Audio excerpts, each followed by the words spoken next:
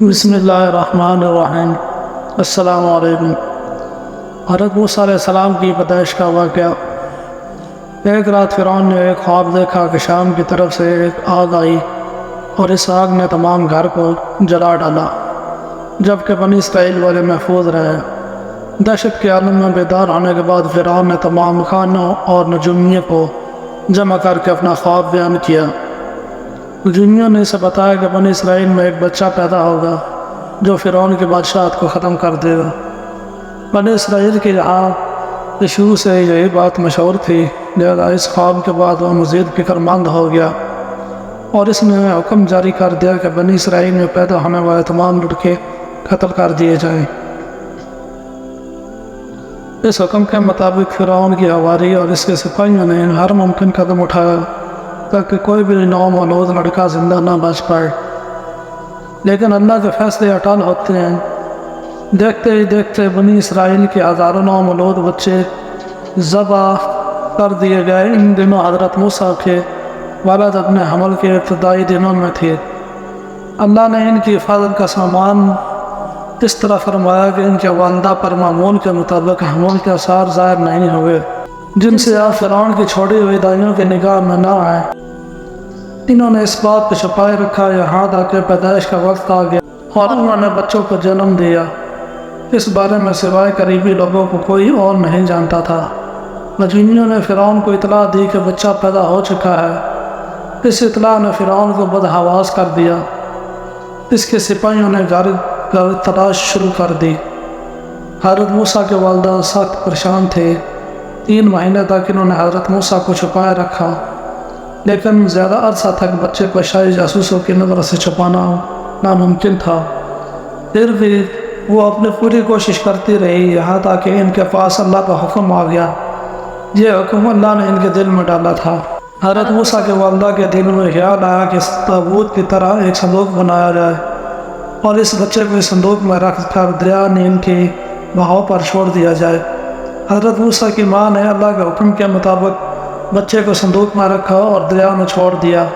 ساتھ ہی موسیٰ علیہ السلام کی بہن سے کہا کہ تم اس کے پیچھے پیچھے چلتی جاؤ، لہذا وہ دریا نیل کی موجوں میں چلے اور ان کی بہن کنارے کنارے چلی۔ صندوق بہتا ہوا محل کے تالاب میں پہنچ گیا۔ وہاں فرعون کی بیوی اور خادمائیں لطف اندوز ہو رہی تھی کہ صندوق پر ملکہ نظر پڑی۔ اس نے کنیزوں کو حکم دیا کہ صندوق کو تالاب سے نکال لاؤ۔ جب صندوق کھولا گیا تو اس میں ایک حسین اور تندرست بچہ آرام سے لیٹا ہوا تھا۔ ملکہ بہت خوش ہوئی، اس کی آنکھوں میں ممتا اتر آئی۔ شفقت و محبت سے بچے کو گود میں لے لیا۔ ملکہ نے سوچا کہ اس بچے کو بیٹا بنا کر پالنا چاہیے۔ محل میں کسی نے خدشہ ظاہر کیا کہ یہ بچہ بادشاہ کی سلطنت کو ختم کر دے گا۔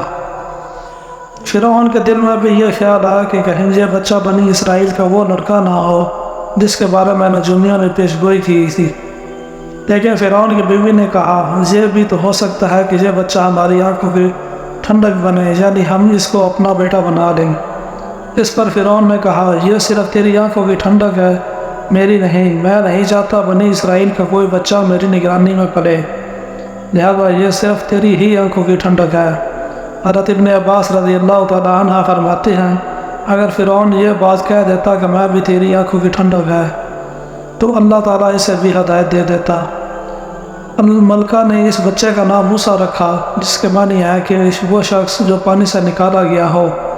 بچے کو جب محل میں لے جایا گیا تو اس نے دودھ کے لیے رونا شروع کر دیا۔ بچے کے پاس دودھ پلانے والی لائی گئی، لیکن بچہ نے کسی عورت کا دودھ نہ پیا۔ جو عورت بھی آپ کو دودھ پلانے کی کوشش کرتی ناکام ہو جاتی۔ ادھر موسیٰ علیہ السلام کی بہن دور کھڑی یہ سب دیکھ رہی تھی۔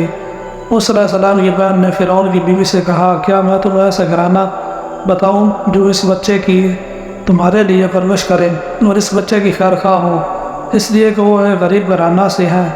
نبی نے معلوم ہوگا کہ یہ بچہ فرعون کے گھر سے آیا ہے، کوئی نہ انعام و اکرام ملنے کی امید رہے گی۔ اس گھر میں نیک سیرت خاتون ہے، وہ اس بچے کو بخوشی دودھ پلانا قبول کرے گی۔ فرعون کی بیوی نے کہا چلو ٹھیک ہے، لہذا آپ کی بہنی نے گھر لے کر آئی۔ محترمہ نے بچے کو دودھ پلایا تو آپ نے فوراً دودھ پینا شروع کر دیا۔ اب چونکہ بچہ نے کسی اور کا دودھ پینا قبول نہیں کیا تھا، اس لیے وہ خود بچے کو لے کر آتے تھے۔ اس طرح موسیٰ علیہ السلام کی والدہ کا بھی حد احترام ہونے لگا۔ یوں حضرت موسیٰ علیہ السلام شاہی محل میں پرورش پا کر جوان اور توانا ہو گئے، لہذا اللہ نے آپ کو نبوت کے منصب پر فائز کیا۔ آپ نے بنی اسرائیل کو فرعون سے آزادی دلائی اور مصر سے نکل گئے۔ فرعون بنی اسرائیل کو ختم کرنے کے لیے لشکر لے کر روانہ ہوا۔ جب بنی اسرائیل بحیرہ احمر کے قریب پہنچے، اللہ نے ان کے لیے دریا کے بیچ سے راستہ کھول دیا۔ جب وہی موقع تھا جب فرعون کا وہ خواب پورا ہونے والا تھا اور اس کے بادشاہ اور اللہ لشکر تباہ برباد ہونے والا تھا۔ بنی اسرائیل سمندر کے پاس چلے گئے، مگر جب فرعون اپنے لشکر سمیت ان کے پیچھے آیا، سمندر کا یہ راستہ بند ہو گیا اور وہ اپنے لشکر سمیت اس سمندر میں غرق ہو گیا۔